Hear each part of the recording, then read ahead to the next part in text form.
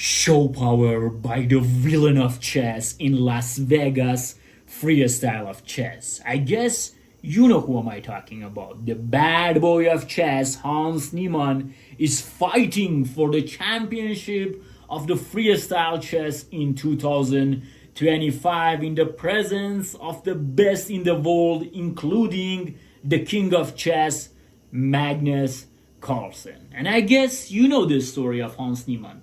But I'm going to tell you my point of view of Hans Niemann's story and how did he rises from all of that pressure and lots of accusations to this greatness. Hans Niemann won an important game against Magnus Carlsen in 2021. It was a traumatic event for Magnus Carlsen. He left the tournament. Some players joined Magnus Carlsen. Hikaru Nakamura brings some accusations, and then chess.com banned Hans Niemann's account. Out of nowhere, he was playing over the board chess, they banned his online account. Very, very strange decision. And then most of the chess fans and chess community thought that he's a cheater. There is a reason that why Magnus left the tournament, and everybody said so. And everybody was waiting for the proof. But it never came. That proof never came. And what came after that was that Hans Niemann is capable of many things. He won a lot of tournaments. He gained a lot of rating despite all of those pressures. Despite all of those pressures, I'm not here to support Hans Niemann, but I'm here to say that I like his attitude. And what I like about him is his fighting spirit. He has a great fighting spirit. One of his fans asked him, "Is chess bringing happiness?" He said, "No, chess is bringing greatness. You go toward greatness." And he's fighting for that greatness. He created an enemy for himself, called them Chess Mafia. He means Magnus Carlsen, Hikaru Nakamura, chess.com, and others. I guess that company doesn't exist. It's very hard to imagine that Magnus Carlsen, Hikaru Nakamura are at the same team. It's a very, very strange assumption. But he created that enemy for himself to be able to fight back. And he's fighting back. In freestyle chess of Las Vegas, he's fighting back when Magnus is doing bad and when Hikaru is doing bad. They lost the opportunity to win the tournament, but Hans still has the opportunity. He's in the semifinals and he's doing great. In this video, we are going to see some of his tweets to know about his mindset and also to watch his recent games to see how Hans Niemann is thinking over the board. Let's go and find out. This is a very, very interesting analysis. Like, we are going to analyze what he thinks. Hans Niemann, his last tweet is a quote from Eminem. Wow. He says that this is your moment and every single minute you spend trying to hold on to it. Wow. Because you may never get it again. So while you're in it, try to get as much shit as you can. And where your run is over, just admit when it's at its end, by Eminem. Just to be clear, maybe he has different personality than me. Maybe many of us doesn't like some of his behaviors and some of his attitudes. But what we know about him is he's a fighter. He's fighting.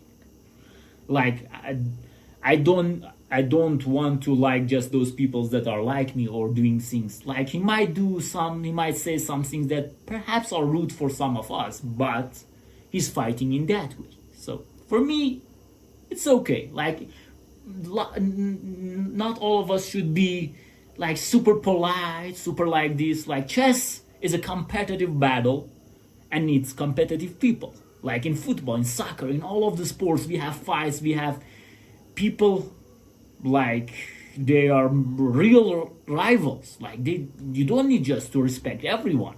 That's the main thing that I'm trying to say. And you can see his gesture. He's standing like this. I like that also. And he has a quote here. If you think I was hate watching yesterday, what would you call what I've experienced the past 3 years. And I completely agree with him on this also. Like, just imagine you own the best player in the world in a very important chess tournament, and then they call you a cheater when you're not. When you know it's not, you're not. Like, you know. I mean, even I at the first date, I thought that he's a cheater because everyone was believing Magnus, everyone was believing like many players, but that body proof never came. And I just watch his game, watch his commentaries, watch his live commentaries. Even in this freestyle chess of Vegas, he's saying great moves at the moment. How he can cheat? That's not possible. There are lots of conspiracy theories. There are lots of like kid-like theories. Like, they are not real theories. They're just saying things just for content. No one just came up with a real explanation that how he cheated. There is nothing. And he's streaming. He's trying everything. He's challenging every player. He's challenging everyone. And this is where he posted this Chess Mafia crumbling bit by bit in the end game. He like end game. He has a website called Endgame, and he's playing also very good in the end game. Yeah, he has this. For me, it's an delusion, whatever you call it. He says there is a chess mafia.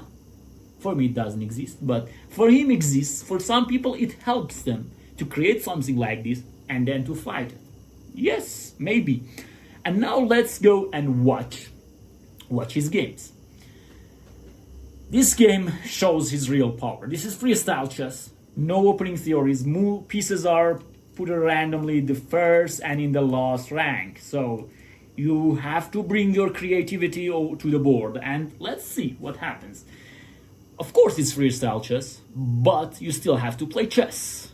It's not gambling or something. You have to play chess, and Hans starts with f4. With this move, he's controlling center. Yes? Center is also important. And he's opening up the bishop. You need to open up your bishops. But you need to be careful. You cannot play f3 here, for example, because you're closing the other bishop. So be careful. f4, very good move. And believe it or not, the best move, and the only move for black is f5. This is a great move to prevent e4. Very important. And now we have g3 and d5. And Hans done an interview after this game, and he was describing this move, I guess, as a dubious move, because black is trying to prevent e4, but nevertheless, white with d3 will reach e4. And why did black play d5? Arjun Erigaisi, by the way, his opponent, he also reached semifinals. He's a very great fighter. He's a very great player, but look at how he crushed Arjun in this game. I want to show you his style of play by this game and another game also. He plays d3, and he says d5 only weakens this king and weakens the pawn structure. So why do you play that?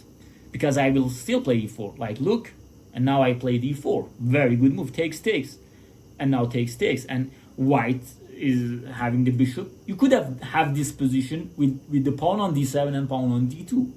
And yes, he's right. It was better for black. Like, not compared to this. Knight to d7, bringing out the knights. Knight to d6, and bishop goes back to g2. It's a fianchetto bishop, but we have another bishop here, so we know where to play. We are going to play against this king on the queen side, e5. This is a moment that's also in freestyle chess principles also works.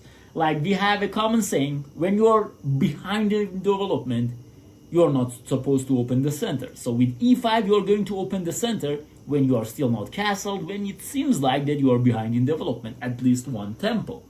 But Arjun is a fighter. He played e5, and in this position, maybe the best move is castle, but knight d4, also a very good move, preventing e takes f4, because if you take, I'm going to take, e8 is hanging, so you need to take back white here, and then I have knight b5, fantastic, even a winning position for white. So this is not possible.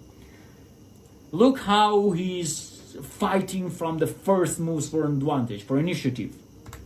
And now we have knight takes e4, and here rook takes e4 is good.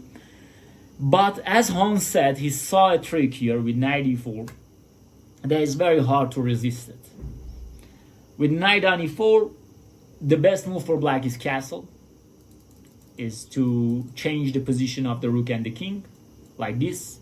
go to this side of the board, or this side. I don't know where's my camera right now, but like at this point to one of the sides, it's called castle long, but here it's short. So you should go castle.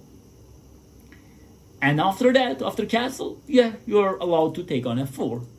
And the position is still very tricky. Like, look at this, and white has a lot of initiative. Maybe he can win the game. Like, this position is probably what you need to calculate. But Arjun falls for the trap. He's behind in development, and he's opening the position. Wrong decision. Wrong decision. And here, Hans comes with a brilliancy. In this position, he just shows his power. Knight to c5. Great move. A move that he saw from before. With knight c5, D line, this one. It seems like it's not possible because this is hanging, but you cannot take it. If you take here, bishop takes c5 is coming. If you take on e1 first, I'll take back. And if you're going, no, it's not possible. But if you're going to take here, I'll take here. If you're going to take, goodbye, my friend. Goodbye, my lover. So queen e8 check is going to finish the game. And what probably Arjun missed is this line. Maybe first taking on e1 actually. And then f3. And then maybe queen h6 was his plan. Maybe, just maybe. But queen e8 is checkmate still. So there is a problem on the background when you're not castled. There is a reason why they tell you you should castle. Because the rooks are not connected and your king is weak. And this rook is doing nothing in this game. He played f3, but take, and bishop h3. What are you going to do with this pin? Are you going to resign? You just castled. And white is going to win the game with castle. Brilliant. Queen e2, knight takes d7, bishop e6. And in this position, he's trying to fight like bishop takes e6, queen takes e6, knight c5, maybe someday taking on a2, some hopes. Look at this brilliant move. He's continuing to play very good moves even after winning a piece. Take, and now bishop takes e6, and now rook to e1. You don't supposed to trade at any position, because if you're, many people will say, oh, my coach told me if you're ahead in development, if you're ahead in material, just go to exchange. But if you're going to exchange here, bye-bye, my friend, bye-bye, my lover. So this is not going to happen. And in this position, after rook e1, Arjun just resigned. Fantastic game. And let's look at the other game. This is, and we are going to see this game from this position. Here he played against Jawahir Sindarov. He's a great player with a great mindset also. These guys have very great mindset. They are fighters. They are real fighters. They are warriors of chess. And at the last move, here Jawahir just overlooked. He should have played bishop d1. I mean, g4 in this position is not possible to see. But bishop d1 also very hard actually. Also very hard. Like, this position is very hard for white because of the king position. But he just played bishop d2. Okay, what's wrong? I'm going to connect my rooks. And pardon me, because of the chessboard, I cannot change this chessboard. I don't know why. In the group stage, that game with Arjun, this game is in the group stage. This fantastic game. And you can see it by normal chessboard. But in this freestyle chess, you can only see it by this kind of pieces, which, to be honest, they are ugly. I will describe them as ugly. Nothing is clear. Look at this pawn. What is this? Why everyone should this chessboard? I'm really requesting to change this. Either to change it to a better chessboard, or just, like, if you want to also, like, we might need to email chess.com or anyone in freestyle chess, like, what the hell is this chessboard? It's not beautiful. I don't know who called this chessboard as beautiful. I don't know, but this is not. Whatever you call beautiful, this is not a beautiful chessboard. Just change it, or let anyone change it to their own interest. Why freestyle chess is different? I don't know. If you want to promote freestyle chess, this is not the way. That's what am I talking about. And look at this position, and I guess you saw the move. Because no, please. What's the black's next move? A fantastic move by Hans that shows his calculation and his vision. In this position, when the position is messy, he just plays rook a6. And with this move, this queen is going to leave the board very soon.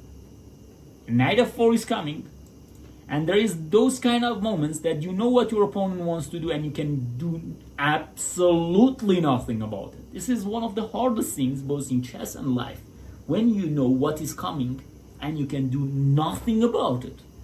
What can I do? I don't have time to put my bishop back here and then queen here because he will play knight f4 nevertheless. In the game he just plays bishop d1 with the hope of attacking h5, but it's too late, bro. You should have played the move before, Jawahir. And Hans just played knight f4. And the queen is trapped by this rook lift. Wow. Bishop takes f4 only move, takes. It's probably not over, and many chess players are complaining that they reach good positions in chess. They reach winning positions in chess, but they are not able to win it. And in this position, we learn a very important lesson from Hans Niemann. The main problem, to my eyes, the main problem when you're not able to win a chess position is once again your mindset. Many players are playing very good till they get a very good advantage, or till they realize that their opponent is not playing that good and they can just easily win against him or her. Like, you play good and push, and you reach a very good position. You own something. Like here, black is ahead in material. Queen for a rook and bishop is ahead in material. But after that, humans are going to, not computers, engines are not going to do so. Humans are going to slow down. They are going to accept inferior moves. Like, they think that the position will win itself by automatic, but it's not the case. To win a chess game, you need to win it. Remember this. To win a chess game, you need to win it. It's not coming by automatic. Yeah, your opponent may blunder his queen. Maybe. But you should not depend on that. You should not count on that. You should count on your own play. And at this position, Hans shows that he's still playing very good chess when he's even winning. And in this position, he realizes he understands the position. He can, maybe many of us will play queen g6, queen e6 here automatically. But Hans, with 22 seconds on the clock, look at this hard decision. I don't know how he cheats that he can do these things in 22 seconds. And for those that still saying that Hans is cheating, and in this position, it's over the board game. In this position, he just unleashed a brilliant sacrifice with rook takes g5. What is this, bro? Rook a6 was something. It was good. Many players might find that. That's a maneuver when you see it, you will play it. But this one, excuse me, I'm ahead in exchange. Why should I give it back? I just tried all of these maneuvers, rook to a6, capturing his queen, trapping his queen. Now I should give back the material? Yes, because the white king is weak. How can you achieve this judgment in 22 seconds? In 4 seconds. In 4 seconds, you took on g5. After take back, he just plays queen g6. He realized that that bishop on g5 was that important, and he realized that here I will take g5. Also, my opponent has 5 seconds. That's an element also. He is very good at time management also. And the main important thing in this position is that I'm going to crack open your king, and you can do absolutely nothing about it. Rook takes c5, just win it. I don't care h4. I just want, if you take here queen f4, give me your rook. He just gives a check, and king to c7. Even he's not running away. Like many of us will just play king a7 to hide the king. But maybe someday some a3 takes before. But king c7. What's wrong with that? What's wrong with fighting? Why we are not trying to fight? Why we are always escaping? g4. Excuse me. And once again, excuse me, bishop takes d3. And Jawahir resigned. In view of bishop e4, maybe. In view of queen f1. In view of that white can do nothing in this position. You can just march the h pawn. White can do absolutely nothing. This is greatness that Hans wants to achieve. In some of his games, he achieves it. Very brilliant sacrifice. Rook takes g5 for me was a great move. Great move to see. I mean, everyone can see rook takes g5, but who will play it? When you're ahead of material, when you're ahead of exchange, are you going to play for position? Beautiful. At the end of this day, Hans Niemann managed to qualify for the next round, for the semifinals. 4-2, he won in blitz against Sindarov. Very great player also. Caravana beat Pragnananda, so they are facing each other. Levon Aronian that eliminated Magnus, now eliminated Hikaru Nakamura. Maybe he will reach, if he win against Arjun, he and Hans can have a dinner together before the final. That will be a great day. But what I can learn about Hans is that I don't want to say that we need to copy his things, but he has a mindset. And that mindset is to not surrender. That's very important. And he accepts that he done some mistakes. He accepts that twice he cheated, as far as I can know. They say it's more, I don't know. They say many things. And Hans also says many things. I don't know. I just see the real things. And his games, his commentaries, what he says, for me, is not violating fair play. For me, it's not like that he's doing something right. I don't feel something is wrong with him. At first, yeah, I thought there might be. It's very strange that someone just out of nowhere beats Carlsen. But we saw these kind of things in these years very much, and we can see that it happens again and again. And Hans is also improving. He's improving a lot. And this fighting spirit, so many people when they face traumatic events like what Hans experienced, they will just fall. And yeah, it's a very bad mechanism. Some people will experience many hard days after that. But Hans, after experiencing that, decided to rise, decided to grow. And for me, that's precious. And I learn from him. Although that I will not accept what he says about chess mafia, I just think it's a nonsense. What he says about like many things, I'm not going to agree on them. But his main character, his fighting spirit, for me, is one of a kind. And I'm not saying that everyone in chess should very polite. Why? It's a competitive event. We need different personalities with different attitudes. Until we are not entering other people's life in a bad way. Till then, I'm completely fine with it.